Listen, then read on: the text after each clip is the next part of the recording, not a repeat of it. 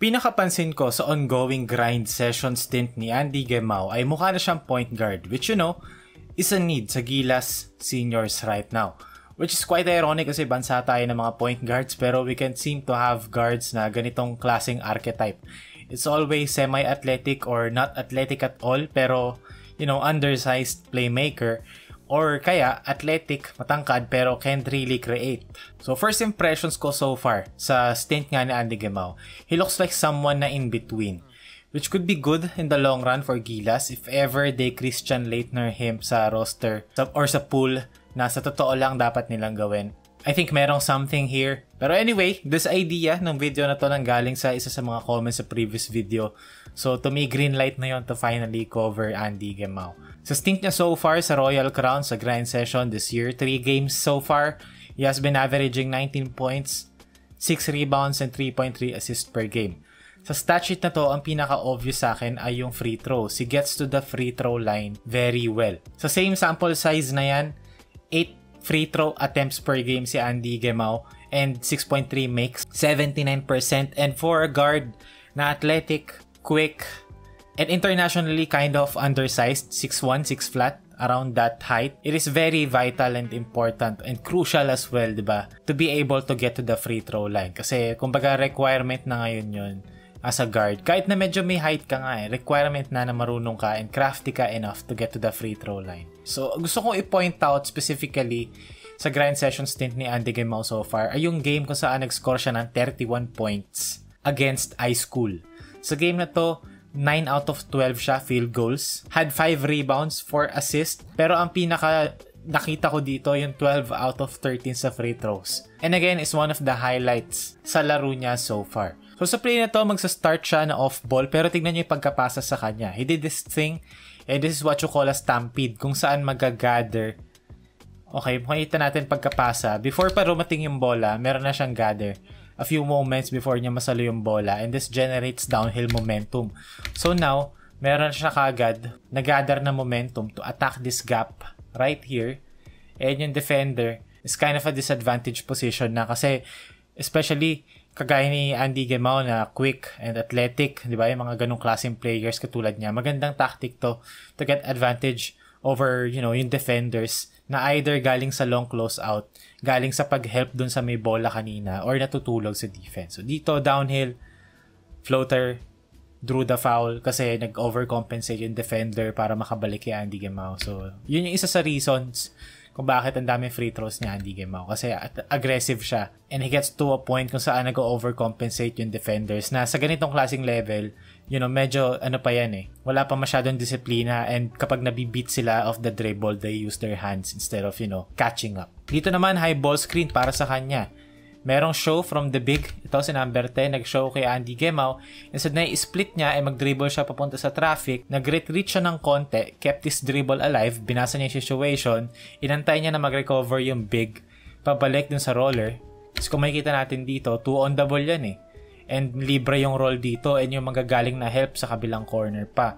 2 versus 1, and very, malawak yung gap.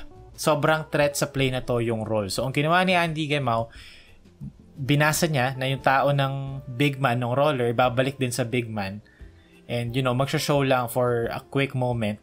So nag-retreat siya ng konti, nag-probe siya, kept his dribble alive, tsaka siya umatake ngayon, drew the foul sa Eurostep. And again, it's the aggressiveness and yung decision making to just step on the gas. And speaking of stepping on the gas, ang biggest asset niya offensively right now is his ability to get downhill. I understand high school, takbuhan talaga ang laro and competition is 50-50. Pero kung makikita natin sa play na to, ang gusto ko lang naman i-point out, not necessarily lead the competition, pero yung relentlessness, pero yung na lang, kumbaga yung aggressiveness niya and yung attitude niya to keep on attacking. May onting pagka-chaotic yung atake niya dito, parang mga Jalen Suggs, diba? Pero meron kasing intention and meron siyang skill set na yon to pull it off. And that allows him to do these kinds of plays naman. Dito ulit, fast break. Magbe-behind the back siya doon sa pinaka-initial na nag-stop ng ball. And then last line na ng defense ang katapat niya. So nag-decelerate siya ng konti. Nag-step through siya.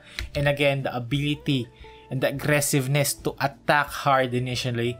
Tapos kapag nandun na siya sa position kung saan kailangan niya na umiscore, he decelerates, he turns his aggressive attack into a more finesse one, parang Richie Rivero, and use his craftiness to get by the defense. So it's a good combination.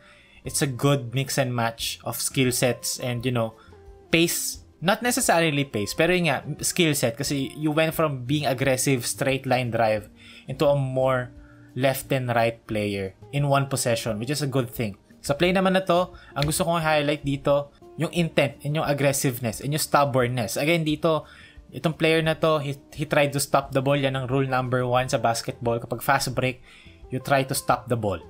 And ang usually napapansin kong tendency ni Andy Gemau, nagbe-behind the back siya against, you know, the initial defender. And then, ngayon, meron na siyang free lane to the basket. And again, di ba, yung ability niya to go from aggressive to kind of a finesse one in one go is very impressive to me. Hindi sa hinahype ko siya kasi a lot of players, especially dito sa Pilipinas, it's either very crafty left or right or very down up, diba? Kung wari si Scottie Thompson is not a player you'd expect to go left to right, diba? Siya yung from pagka-rebound niya, magko-coast to coast siya, diba? North to south siya. Not necessarily left to right. And kung wari si Terence Romeo, nung prime ni Terence Romeo, is more of a left to right player. Sisirain niya yung defense from left to right, not necessarily from north to south. Unlike yung katandem niya na si Stanley Pringle is more of a north-south, east-west type of player, pero he didn't really have you know, the proper athleticism of a wing. Pull it off in such a way with grace and with, you know, I am not saying na okay, Stanley Pringle sa, you know, beast ng panahon niya, pero yung atake kasi, yung timbre kasi ni Andy Gemau, mukha siyang wing sa katawan ng gwardiya, which is a good thing sa Pilipinas basketball kasi all of our athletic guards right now are athletic guards, 'di ba? Or athletic wings playing like a guard. So if si Andy Gemau, ma-develop niya yung ganitong, you know, mag-develop pa siya further, is a player you'd expect to attack from north to south, and then, kapag kailangan niya na mag-left to right, kaya niya rin within the same attack. Which is kind of impressive in my opinion. So pag-usapan naman natin yung reads, hindi naman pwedeng puro aggressive lang, puro pass break lang ang pag-usapan natin. What's the point really, di ba? Sa play na to, nagsimula ulit na off-ball siya, kick out sa kanya, and again, he used his defender's momentum to his advantage. Dito, longer closeout from the defense. Makikita natin, nandito galing yung defender andito si Andy Gemau. So, longer closeout yan. So, kapag long closeout, may momentum. So, inatake niya yun. Okay? Rip through, behind the back. Ginamit niya ulit, pangalawang beses yung momentum ng defender.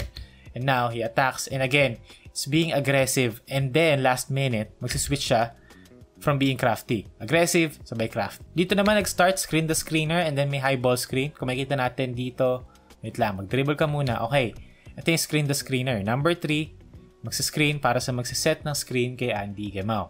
Now, ang gagawin dito ng kalaban nila, magbi-blitz or magda-double team kay Andy Gemau. Ang pinakagusto kong ginawa rito ni Andy Gemau, instead of him shying away from the double team, yung iba kasi kapag ganyan, dino-double team, nagsha-shy away, nag-escape dribble, para magkaroon ng space tsaka magde-decide. Pero by that time, nakapag-rotate na yung defense, nakapag-shift na sila, na fake na nila kung saan nila gustong ipasa yung bola. Kunyari, babantayan nila yung roll pero i-juke lang din naman. Dito ang ginawa ni Andy Gemau, humarap siya mismo sa double team. Hinarap niya. Okay, so now, nakita niya ngayon yung weak spot ng defense, which is here. So open yung kakampi niya sa corner. He made the right read. In such a very quick, you know, notice. And ngayon, flashes pa lang naman to kasi yun nga, 'di ba? Prep school pa lang naman sa Canada.